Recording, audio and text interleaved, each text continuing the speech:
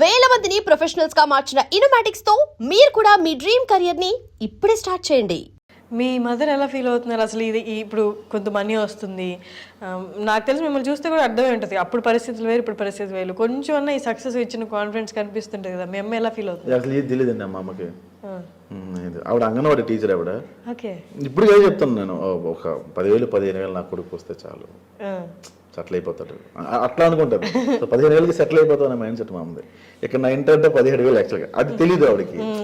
చెప్పాను అనుకో, అంతేందుకురా మన ఊర్లో అందరూ 2,000కే ఉంటున్నారు అంటే వాళ్ళు తాపే మేసలు అందరూ కష్టపడతారు, వాళ్ళు ఎక్కడ అడ్జస్ట్ అవ్వగలరు. నా రూమ్కి రైటర్ వస్తారు, డైరెక్టర్ వస్తారు, అలా ఉండలేను కదమ్మా అంటే అర్థం కదా ఆవిడకి. దుబారా ఖర్చులు పెడతారు ఇది అనుకుంటారు ఆవిడ. దుబారా ఖర్చులు పెడతాం కదా. మీరు ఎంతమంది సిబ్లింగ్స్? ఇద్దరం, నేను చెల్లి మ్యారీడ్.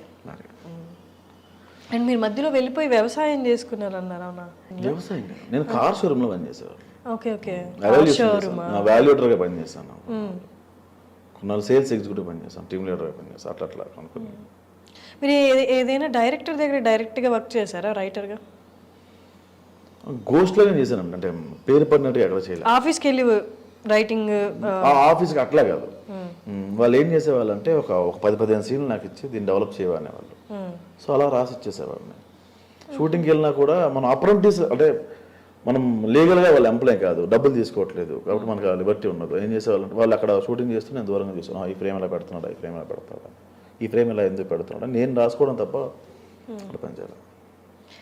ఎక్కడైనా మీరు ఇందాక అన్నారు కదా, ఆఫీస్కి వెళ్తే కొంచెం నీచంగా సరిగ్గా అడ్రస్ చేయలేదు మిమ్మల్ని, ఎట్లా ప్రాపర్గా అడ్రస్ చేయలేదు, అట్లా ఇంకేదైనా సిచ్యువేషన్స్ ఉన్నాయా మీరు రైటర్గా కానీ లేకపోతే ఇలా పిచ్ చేస్తున్నప్పుడు, మీ స్టోరీస్ పిచ్ చేస్తున్నప్పుడు? అంటే ప్రాపర్గా మన గుర్తింపు లేకుండా వెళ్తే చూస్తారు కదా, పెద్ద రాసుకొచ్చాడులే, పెద్ద స్టోరీ. అంటే ఇక్కడ బట్టలు బట్టి జడ్జ్ చేస్తారు, మనం ఉన్న ఎపీరియన్స్ బట్టి జడ్జ్ చేస్తారు. దరిద్రం ఏంటంటే మీరు వేసుకున్న కాస్ట్యూమ్ బట్టి కూడా జడ్జ్ చేస్తారు. గీత అని ఒక సినిమా వచ్చింది, హెబ్బా పటేల్ది, డెఫ్ అండ్ డమ్. అందులో విశ్వ అని ఒక అతను డైరెక్టర్, అది చిన్న తాగుబోతు క్యారెక్టర్ ఏదో. అది కడ్బా నేను ఒక లుంగి ఇచ్చి అది కూడా మాసిపోయి ఉండాలని చెప్పి వాళ్ళు డస్ట్లో పెట్టించారు. అది నా పక్కన ఉన్న ఆర్టిస్టులు, వెనక కంపెనీ ఆర్టిస్టులు పోలీసు గెటప్ వేసుకుని ఉన్నారు. వాళ్ళకి డైలాగ్స్ ఉండవు వాళ్ళకి.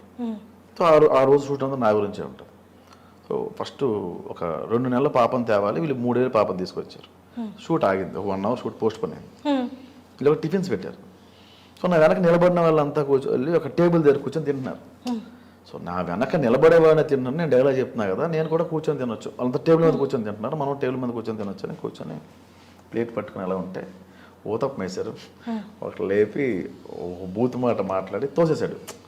అక్కడ కూర్చోలో తెలియదు అటర్నే కానీ తన్నగిలే జూనియర్ ఆర్టిస్ట్ లైన్లో పడ్డా. పడితే వాడు చట్నీ ఇలా వేసాడు, అది ఎలా ఆడింది. ఫుడ్ దగ్గర ఏంట్రా మీకు పార్షియాలిటీ, నాకు కొడకలేదు అనుకున్నా. సరే తినేసి మీరు కూర్చున్నదాన్ని ఆయన వచ్చి లేపేశాడు, తోసేసాడు, లేపి తోసాడు ఆయన. కడ్బా నేను వెరీ రీసెంట్ 1 or 2 years కూడా అవ్వలేదు అసలు. అట్లా జరుగుతుందా? చాలా దారుణంగా తోస్తాడు అబ్బాయి. అయిపోయిన తర్వాత ఫస్ట్ మార్నింగ్ ఇది టిఫిన్ టైంలో సరే డైలాగ్ దర్శనం చెప్తున్నారు, డైలాగ్ నాకు క్లోజ్ పెట్టారు, 20 నిమిషాలు క్లోజ్ అయిపోయాయి అని చెప్పేసాను. సో మధ్యాహ్నం 2 అయింది, నాకు డైరెక్టర్ బాగా ట్రీట్ చేశాడు ఆయన. సో మళ్ళీ లంచ్కి కూర్చున్నాం. సో లంచ్కి కూర్చుంటే మళ్ళీ తోసేస్తారేమో అని చెప్పి మళ్ళీ జూనియర్ ఆర్టిస్ట్ లైన్లోకి వెళ్ళి పట్టుకొని నిలబడ్డా. మళ్ళీ అదే పర్సన్ వచ్చి ఇలా పట్టుకున్నాడు, తోసిన ఆయన వచ్చి నన్ను తీసుకొచ్చి టేబుల్ మీద కూర్చొని పెట్టి మంచిగా క్రూకి చికెన్ వేస్తారు, వేరే వాళ్ళకి ఎగ్స్ వేస్తారు, కొంచెం మంచి కూర వేస్తారు. ఇక్కడ జూనియర్స్కి నార్మల్ రైసే ఉంటుంది. ఇలా కొంచెం వేరియేషన్స్ ఉంటాయి అక్కడ భోజనాల దగ్గర. వాడు నన్ను కూర్చోబెట్టి చికెన్ వేసి అలా అన్నాడు. నాకు అర్థం కాలేదు. సారీ అండి మీరు పెద్ద ఆర్టిస్ట్ అని తెలియదు అని అన్నాడు. పెద్ద ఆర్టిస్టా, చికెన్ మిస్ అయిపోద్ది ఎందుకు వచ్చింది కదా, డైలాగ్ చెప్పాను కదా అక్కడ. సో అది అంటే ఈ బట్టలు చూసి వాడు నన్ను జూనియర్ ఆర్టిస్ట్ అనుకున్నాడు. సో అట్లా జడ్జి చేస్తారా ఇక్కడ అనిపించింది. కాకపోతే ఈ బాగా చీటర్స్ ఇట్లా ఇది కాదు, నాకు చాలా గలీజ్గా ఉంటుంది కాస్ట్యూమ్స్ అన్నీ. మీ ఫేవరెట్ హీరో ఎవరు? నాగేశ్వరరావు గారు. సరే నాగేశ్వరరావు గారు. నాగేశ్వరరావు గారు, ఏఎన్ఆర్ గారు. ఓకే, ఎందుకని? ఏమో నాకు చాలా స్టైలిష్గా కనిపిస్తారు ఆయన చేసినప్పుడు. మీరు అందరూ గమనిస్తాను లేదు, నేను పెదవులు తడుపుకుంటూ ఉన్నా, స్మోక్ చేస్తాను. ఆయన స్మోక్ చేసినప్పుడు భలే స్టైల్గా అనిపిస్తుంది నాకు. అసలు అది ఇష్టం నాకు. ఆయన యాక్టింగ్ కూడా బాగా ఇష్టం. దేవదాసు ఆ మూవీస్ అని చాలా ఇష్టం బాగా. ట్రెండీగా ఉంటాను నేను, ఏమనుకోకండి.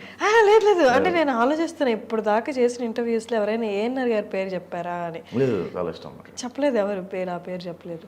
మేబీ ఆయన అంటే రెస్పెక్ట్ ఉండొచ్చు, ఆయన యాక్టింగ్ అనే ఇంట్రెస్ట్ ఉండదు. స్పెసిఫిక్గా పేరు తీసుకొని చెప్పింది మీరు ఒక్కరే.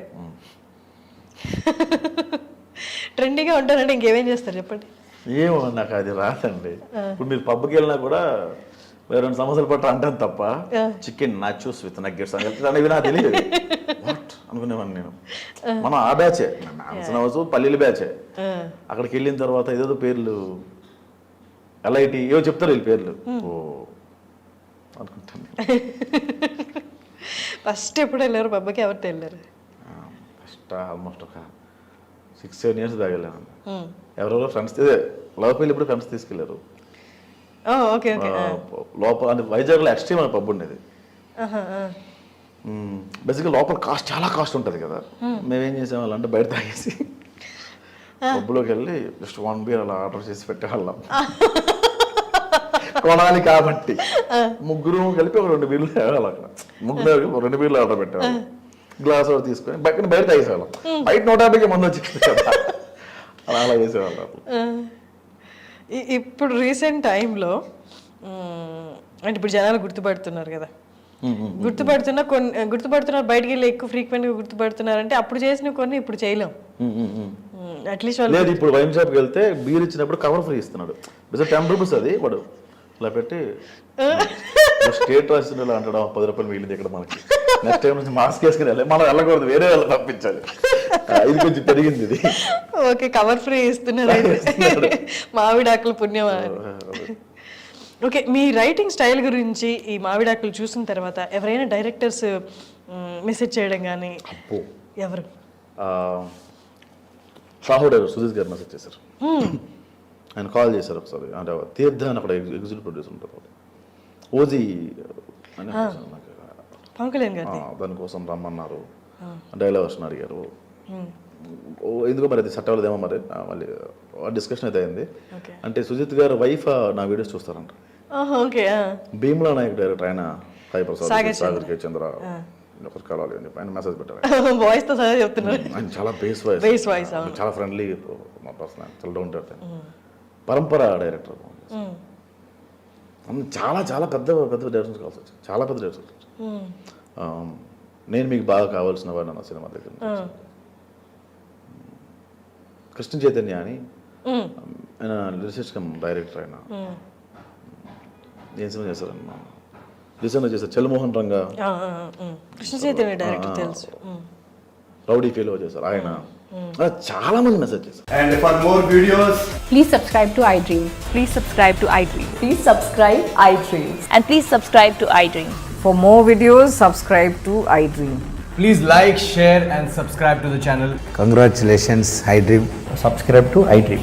Subscribe to iDream. So subscribe to iDream Media. iDream ki iDream team andarki huge congratulations. Please subscribe iDream Media. Please subscribe to iDream. Subscribe iDream. Please subscribe to iDream. iDream అంటే నా కళల ఛానల్ను సబ్స్క్రైబ్ చేసుకున్న నోరు తిరుగుతలేదు, మీరైతే గంట గుర్తు కొట్టండి. For more such videos, please subscribe to iDream. Subscribe to iDream.